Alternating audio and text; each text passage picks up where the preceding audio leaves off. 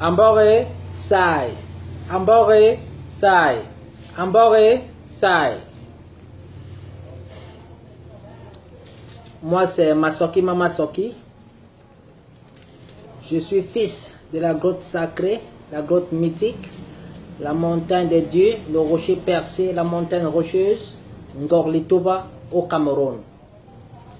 Je suis également l'arrière-petit-fils et héritier du grand gardien des traditions, grand patriarche, celui qui a vaincu la mort, Mbombo Njami.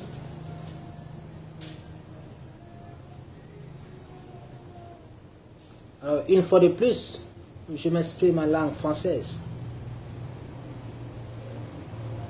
car j'aimerais adresser une question, car j'aimerais aborder une question existentielle ou existentialiste, quelle que soit la bonne forme.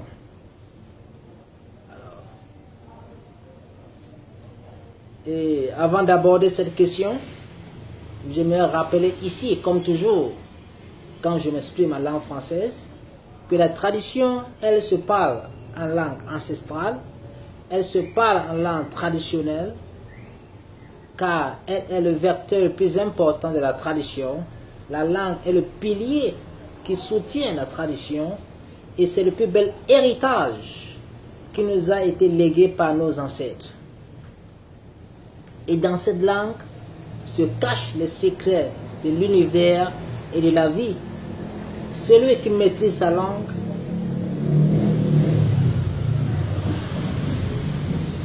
entre dans le secret de Dieu. Celui qui maîtrise sa langue entre dans le secret de Dieu. Alors nous dirons, nul n'entre ici s'il ne maîtrise sa langue. Nul n'entre ici s'il ne maîtrise sa langue. Alors on dit, l'enseignement est la mère, la répétition est la mère de l'enseignement. Alors je ne cesserai d'exhorter et d'implorer la génération africaine, cette génération d'Africains, de jeunes Africains, de ne pas négliger les langues, de les apprendre et de les maîtriser. Alors, comme je disais dans l'introduction, j'aimerais aujourd'hui aborder une question existentielle ou existentialiste. Ce genre de questions que nous nous posons au moins une fois durant notre existence terrestre et humaine, quelle que soit notre appartenance politique, religieuse, raciale, ethnique et orientation sexuelle. Alors, sans distinction, nous nous posons cette question une fois au moins durant notre existence humaine. Et ce sont des questions qui tourmentent notre existence. C'est pourquoi nous les appelons des questions existentielles ou existentialistes. Et aussi parce que il est presque impossible de répondre à ces questions avec une certitude absolue.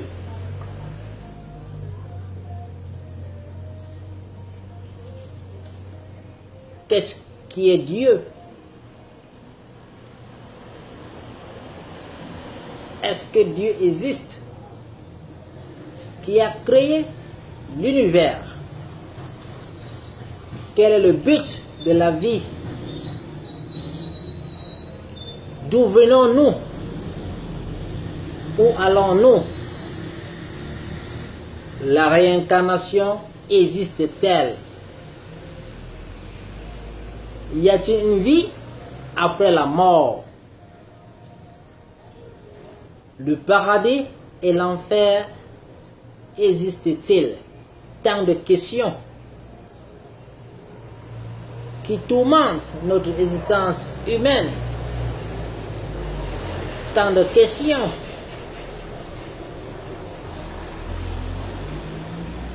dont nous nous posons.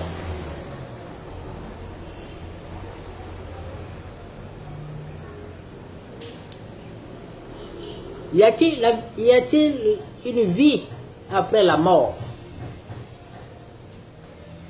Les morts ne sont-ils pas morts? C'est la question que je répondrai aujourd'hui. Les morts ne sont-ils pas morts?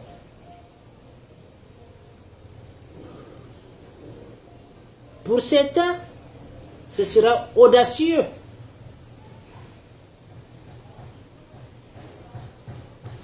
De ma part, de répondre à cette question.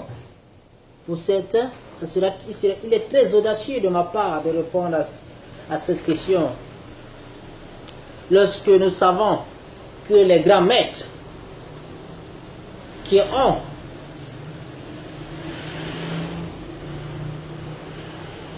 marché sur cette terre n'ont pas pu répondre à cette question, ou alors n'ont pas voulu répondre à cette question.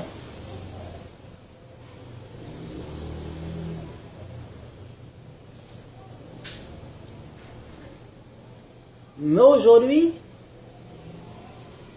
ce n'est pas moi qui répondrai à cette question, mais plutôt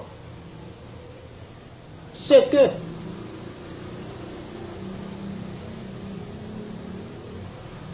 les plus sages de la terre, les ancêtres Bassa,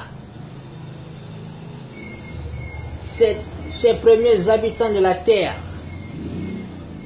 ceux qui ont matérialisé la civilisation égyptienne, qu'en pensaient-ils de la vie après la mort? Puis à cela j'ajouterai des raisonnements scientifiques, puis mon expérience personnelle.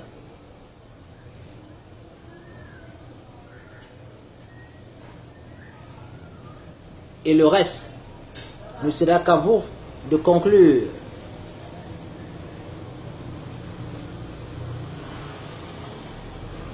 Nous les Africains, nous sommes des animistes. C'est-à-dire, nous pensons qu'après la mort, il y a quelque chose qui perdure éternellement, et c'est cette chose que nous appelons âme. L'âme. L'humain est la composante de deux choses. Une composante matérielle, visible, qui est le corps, et une composante immatérielle et spirituelle qui est l'âme et ses variantes. Nous les Africains, nous soutenons, et non nous pensons, nous soutenons que après la mort, l'âme perdure. C'est pourquoi l'ancestralité a une place prépondérante et voire même dominante au sein de notre spiritualité. C'est pourquoi nous allons nous recueillir sur les tombes de nos ancêtres. C'est pourquoi lorsque nous mangeons, nous versons un peu de nourriture au sol, un peu de vin au sol, afin de manger avec ceux qui nous ont précédés, car les morts ne sont pas morts. Dans certains articles que j'ai commis dans des blogs dans les réseaux sociaux ou sur d'autres plateformes ou dans mes ouvrages, j'avais expliqué pourquoi les Africains allaient sur les tombes de leurs ancêtres, pourquoi ils versaient de la nourriture au sol lorsqu'ils mangeaient et pourquoi ils versaient du vin au sol lorsqu'ils buvaient. Mais je vais survoler ces aspects aujourd'hui.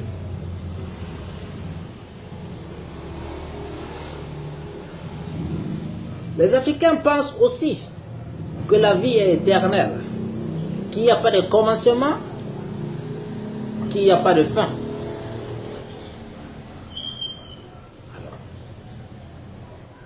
N'ayant donc pas de commencement, n'ayant donc pas de fin, il ne peut donc pas y avoir de mort. La mort est donc une illusion. La mort que j'ai toujours appelée, une transformation d'énergie. J'ai toujours appelé la mort une transformation d'énergie. Car nous sommes tous énergie. Rien. Il n'y a rien qui ne soit pas énergie.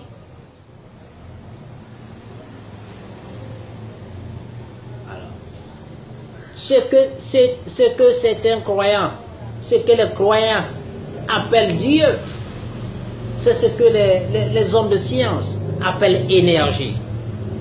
C'est-à-dire la capacité de mettre en mouvement.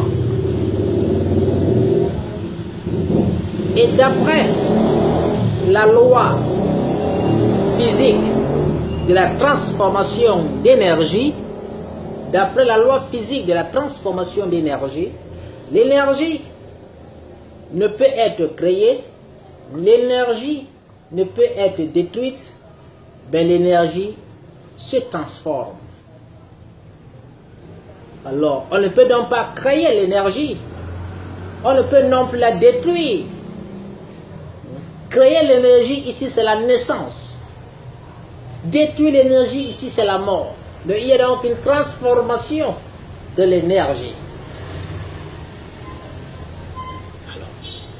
C'est donc pourquoi j'ai toujours appelé la mort une transformation d'énergie. Et c'est donc pourquoi les Africains ont toujours soutenu l'ancestralité. Car il est vrai que l'être humain ne meurt pas, car nous sommes énergie, il n'y a rien qui ne soit énergie. Et la loi de la conservation de la matière en chimie, celle de chimiste français Lavoisier qui dit « Rien ne se perd, rien ne se crée, tout se conserve. Rien ne se perd, rien ne se crée, tout se conserve. » L'homme, l'humain, a deux composantes. Une composante matérielle et une composante immatérielle que nous pouvons appeler l'âme et ses variantes.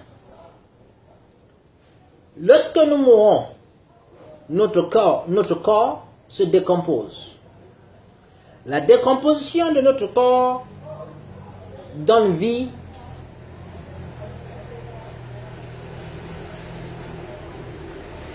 la décomposition de notre corps, de la décomposition de notre corps naissent d'autres formes de vie, telles que les bactéries, les insectes. N'est-ce pas ce cycle de la vie qui continue? N'est-ce pas cette transformation de l'énergie? N'est-ce pas cette conservation de la matière?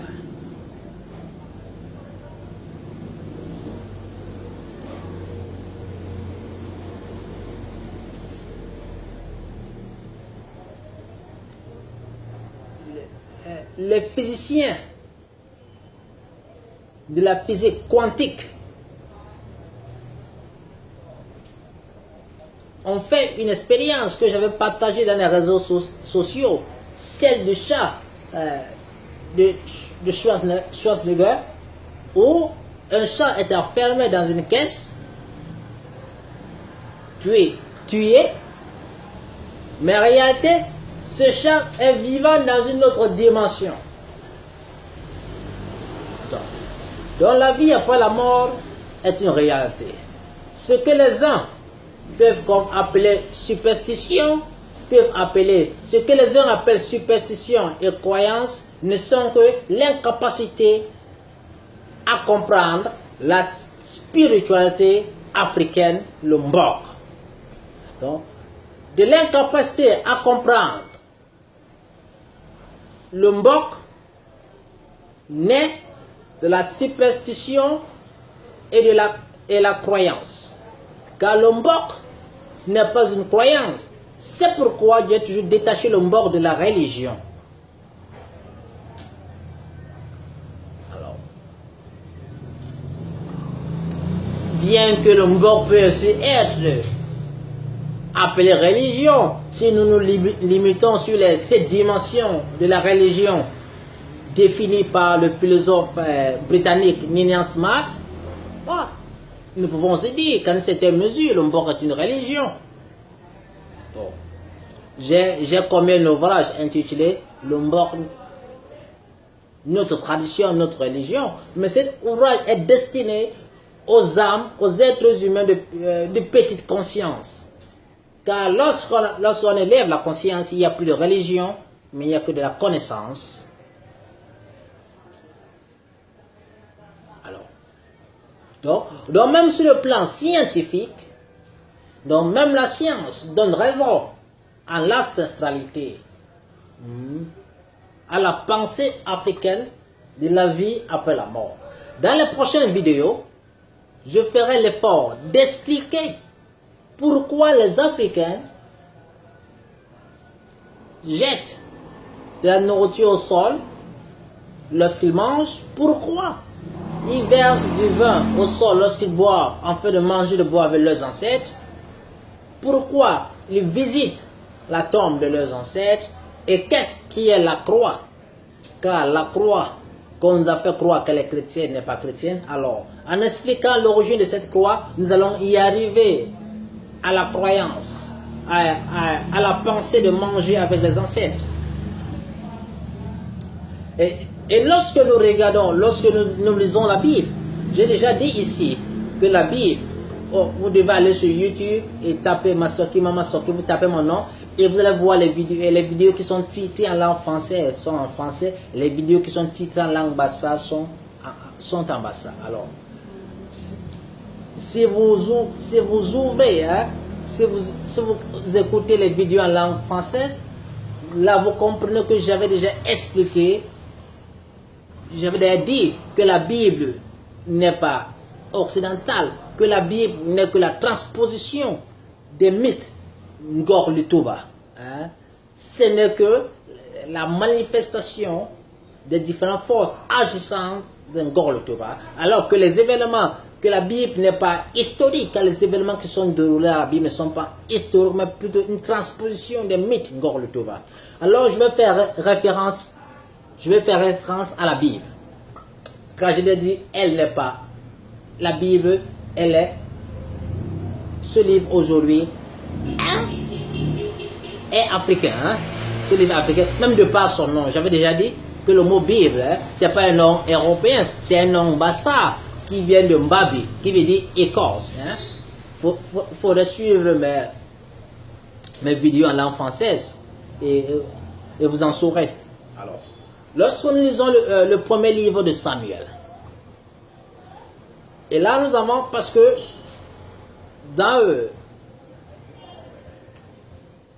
les 5 premiers livres qui sont de la Bible, qu'on appelle le Pentateuque, qui est écrit par Moïse, Dieu donne un ensemble de lois à Moïse. Moïse aussi n'a pas existé. Il faudrait qu'on le mentionne ici. Ce ne sont pas des événements historiques.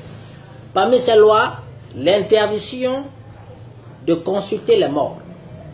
Alors l'interdiction de consulter la mort nous dit donc que la vie après la mort existe. Alors, la Bible ne nie pas l'existence après la mort, mais plutôt de consulter la mort, les morts, de les consulter. Lorsque nous venons le premier livre de Samuel, Saul qui était ce roi d'Israël, qui a péché contre Dieu, qui n'a pas obéi Dieu, parce que Dieu, lorsque Dieu l'avait envoyé aller faire la guerre à Amalek et de tuer toute âme qui vivait à Amalek, y compris les animaux, il épargna certains habitants d'Amalek, y compris le roi d'Amalek. C'est donc pourquoi Dieu le punit et dit, il trouvera un autre roi. Et je pense que ce roi fut David pour remplacer Saul. Alors, et avant qu'il ne désobéisse Dieu, le roi Saul avait tué tous ceux qui consultaient les morts. Alors tous ceux qui consultaient la mort, ceux qui restaient se sont cachés. C'est quand lorsque ces blancs sont venus coloniser et évangéliser l'Afrique, les Mbombo furent tués et certains Mbombo patriarches se sont cachés. Hein, enfin pour conserver le Mbok. Hein.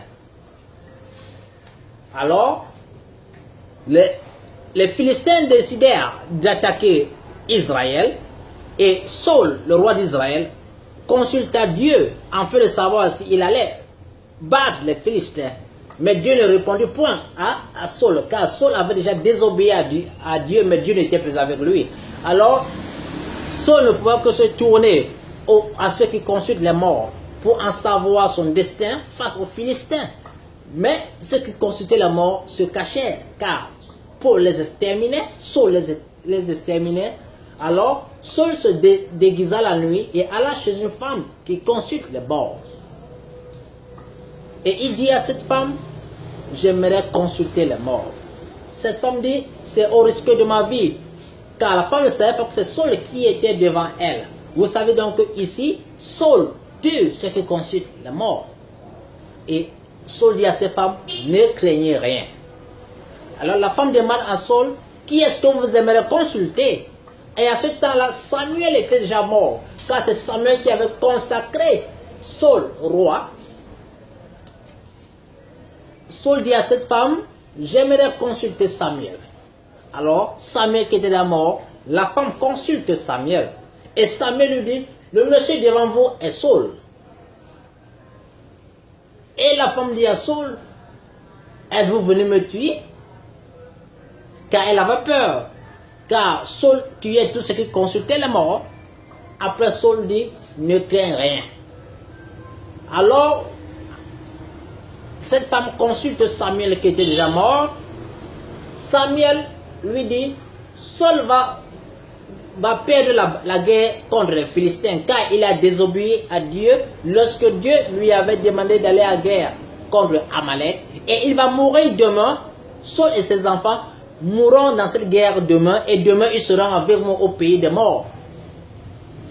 Et le lendemain, Saul ira en guerre contre les Philistins et il sera tué avec ses deux fils. Donc, nous pouvons dire que même sur le point biblique, même au niveau biblique de la Bible reconnaît aussi qu'il y a une vie après la mort, que les morts ne sont pas morts.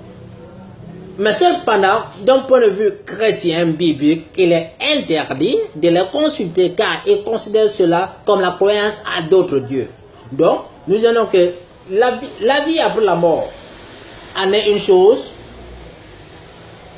Et est-ce bien de contrôler, de consulter la mort en est une autre chose. Car le bien et le mal ne dépend tout simplement de notre position. Hein?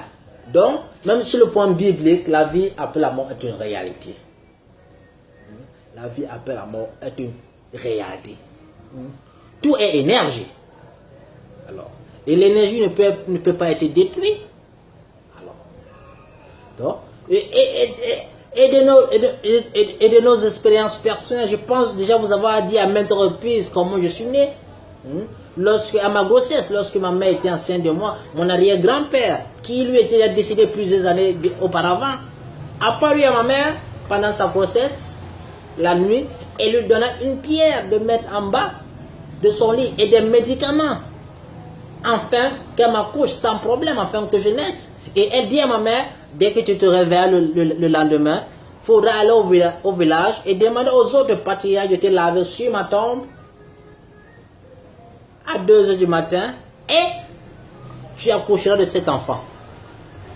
Car ma mère avait fait, avant moi, elle avait fait elle avait accouché 2 bébés morts. Hein. Donc, lorsqu'elle me conçut, mon arrière-grand-père est donc venu, afin que ma mère ne me perde pas, afin qu'elle ne fasse pas un autre bébé mort, hein, qu'elle n'accouche pas un autre bébé mort. Donc, la vie après la mort est une réalité. Alors, l'incapacité de comprendre la spiritualité africaine est ce que les Européens ont appelé la superstition. La superstition.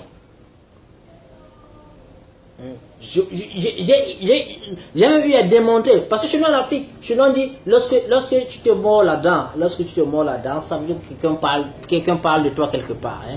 J'ai même eu à démontrer cela de façon rationnelle, parce que même cela est qualifié de superstition. Mais en fait, ce ne sont pas des superstitions. Lorsque vous ne comprenez pas, que nous sommes dans un monde d'énergie, hein, lorsque vous ne comprenez pas que nous sommes dans un monde d'énergie, la mort n'est qu'une transformation d'énergie. Nous sommes tous énergie.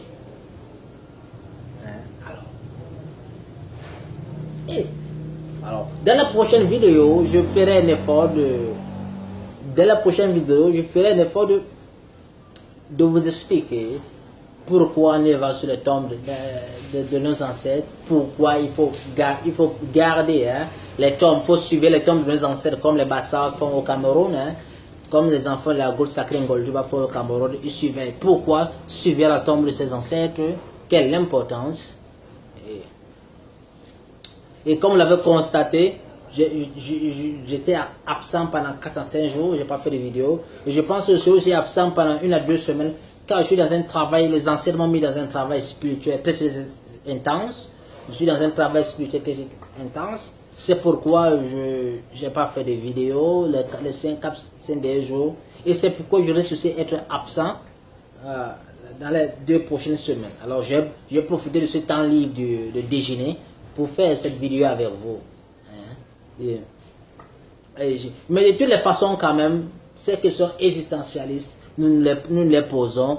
Mais si vous voulez, de toutes les façons, nous tous, nous connaîtrons la réponse à ces questions existentialistes. Mais si vous êtes pressé d'en connaître, si vous voulez être rassuré, donnez-vous la mort. Et lorsque vous mourrez, vous saurez s'il y a une vie après la mort. Car à chacune de ces questions, nous connaîtrons la réponse. Car nous allons tous mourir. Ambore Sai. Ambore Sai. Ambore Sai.